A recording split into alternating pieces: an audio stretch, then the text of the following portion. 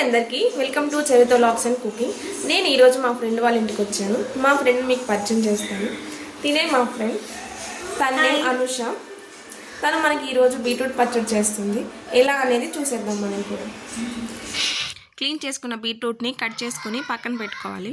ఇప్పుడు stove on చేసి pan పెట్టుకొని 2 టేబుల్ స్పూన్ ఆయిల్ యాడ్ చేసి ఎండుమిర్చి కలర్ చేంజ్ అయ్యేంత వరకు ఫ్రై చేసుకొని తీసి పక్కన పెట్టుకోవాలి. ఇప్పుడు అదే ప్యాన్లో ఇంకొంచెం ఆయిల్ యాడ్ చేసుకొని కట్ చేసి పెట్టుకున్న బీట్రూట్ని యాడ్ చేసి పచ్చి వాసన పోయి కలర్ చేంజ్ అయ్యేంత వరకు ఫ్రై చేసుకోవాలి.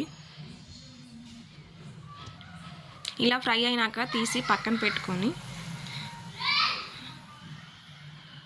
అదే ప్యాన్లో కొంచెం ఆయిల్ యాడ్ చేసుకొని కట్ చేసి పెట్టుకున్న పచ్చి కొబ్బరిని కలర్ చేంజ్ అయ్యేంత వరకు ఫ్రై చేసుకోవాలి.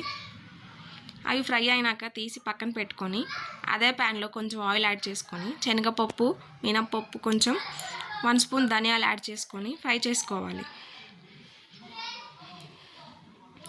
ఇవి ఫ్రై అయినాక 1 బై 1 మిక్సీలో ఫస్ట్ ఎండుమిర్చి, తర్వాత ఫ్రై చేసి పెట్టుకున్న మినప్పప్పు, ధనియాలు అవన్నీ మిక్సీ పట్టుకోవాలి. అవి గ్రైండ్ చేసుకున్నాక కొంచెం చింతపండు, వేయించి పెట్టుకున్న బీట్రూట్, తర్వాత కొంచెం కొబ్బరి, ఎల్లిపాయలు ఇవన్నీ వేసి గ్రైండ్ చేసుకోవాలి. తర్వాత రుచికి సరిపడా ఉప్పు వేసి ఇంకొకసారి గ్రైండ్ చేసుకోవాలి. మరి ఫైన్ పేస్ట్గా చేసుకోవద్దు. తర్వాత అదే ప్యాన్లో కొంచెం ఆయిల్ యాడ్ చేసుకొని పోపు దినుసులు వేసి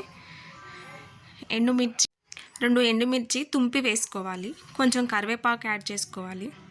ఇలా ఫ్రై అయినాక మనం గ్రైండ్ చేసుకున్న బీట్రూట్ పచ్చడి ఒకసారి వేసుకొని బాగా కలుపుకొని 2 మినిట్స్ వరకు కుక్ చేసుకుంటే సరిపోతుంది. అంతే అండి, ఎంతో టేస్టీగా ఉండే బీట్రూట్ పచ్చడి రెడీ.